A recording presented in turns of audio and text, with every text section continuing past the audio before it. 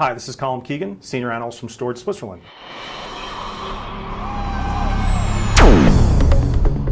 Joining me today is the Director of Global Product Marketing from Zerto, Jennifer Gill. Jennifer, thanks for being here. Thank you for having me.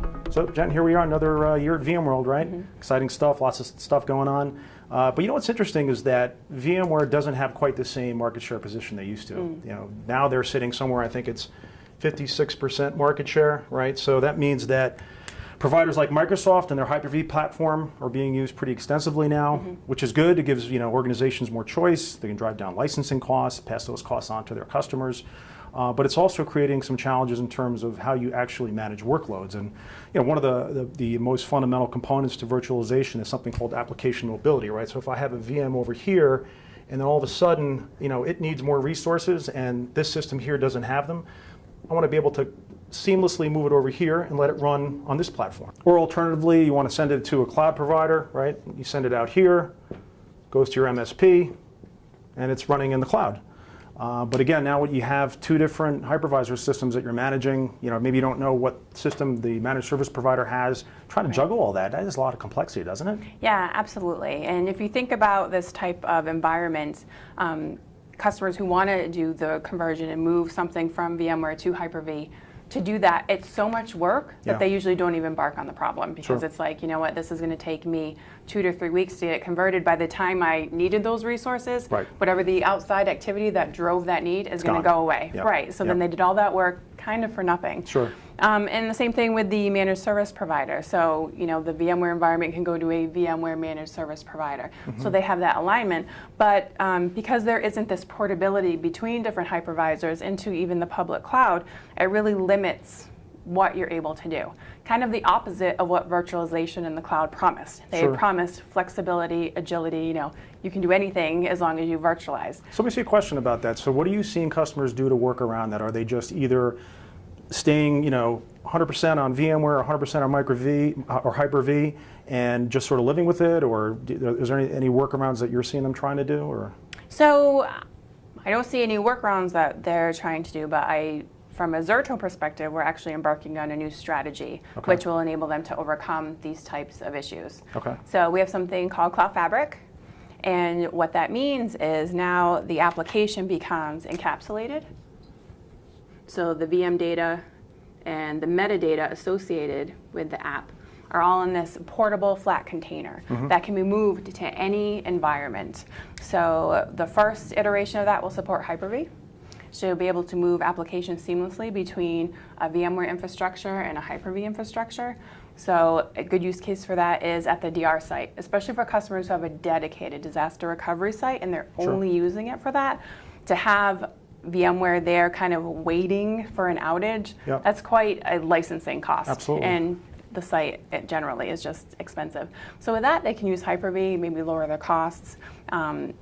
Zerto Virtual Application is already storage agnostic, so they already have the opportunity to use cheaper storage. So now we're giving them the ability to use any kind of hypervisor and more seamlessly there as well. That's great. So it sounds like what you guys are doing is providing sort of a layer of abstraction at the hypervisor layer, so it's really agnostic, right? The workload's not going to be aware of it. Are you guys doing anything specific to the kernel within the hypervisor, or is it sort of letting it do its thing, or is it intrusive? So no. So with what we're enabling is a conversion between the different environments. What we don't want to do is add a layer within the environment. That's actually what we're trying not to do, because we want the application to get all the benefits of VMware or all the benefits of Hyper-V. So we want it to run natively on that hypervisor. So what we do is enable a seamless conversion, very, very quick, to move the application from a VMware environment to a Hyper-V environment, so they can do things like bursting or use those resources that are there and available. So, armed with the Cloud Fabric, what can an IT organization expect to deliver with that?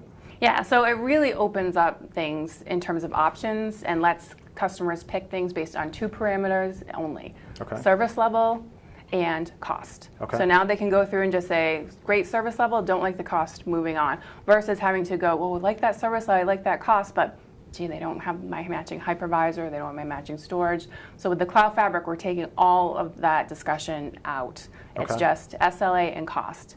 So the use cases that we see are, so VMware, very feature rich, as you mentioned, although Hyper-V is coming on. But for the production environment, that's typically where they want to run their production workloads. So have VMware there, maybe in their private cloud setting. Then they still need these applications protected, so disaster recovery is a great use case. Sure. So going to a cloud provider who has a disaster recovery as a service built on Hyper-V, maybe they did that to save a little bit of money themselves. Right. And for this use case, because the customer is not expecting to always have a disaster, Sure. it's only going to be running here, a couple times a year, hopefully, maybe even not at all. Yep. So having that Hyper-V environment is great. And then the third use case would be for public cloud. So you think about Amazon for our backup. And this is just, hey, due to whatever kind of regulations, maybe they have industry regulations, maybe there's some other compliance, external, internal pressures that they have, they need to maintain a backup, but they want to do it at the best cost. So again, that's where the public cloud would come into play. That makes a lot of sense. It also kind of is more of a services bureau approach, right? Because organizations will say, look, I'll get, like you said, all they care about is an SLA and a price for that. Right. So again, to try to be competitive, you want to give your internal customers choice, or they may go to someone like this permanently, right? So what you have people doing, I'll say, look, I'll give you a platinum service level, and that's going to have this cost associated with it. Then I'll have a gold service level, silver, et cetera, right? And what this does is now I can say, well, if you want to get recovery with this number of nines of availability, I can do it this way for you. Or if I just need plain backup and I'm kind of on the bottom end of this rung here, I can send it out here. So it sounds like you guys are enabling those sorts of capabilities. Yeah, exactly. And that's what we really want to give back to IT is choice. Right now they have choices, but all within the same hypervisor. We've taken away the storage tie, so now we want to take away the hypervisor tie and let them select what's best for their business. That's great. That makes a lot of sense. Well, thanks for explaining it, Jen. Yeah, thank you. This is Colin Keegan, Senior Analyst from Storage Switzerland. Thanks for joining us.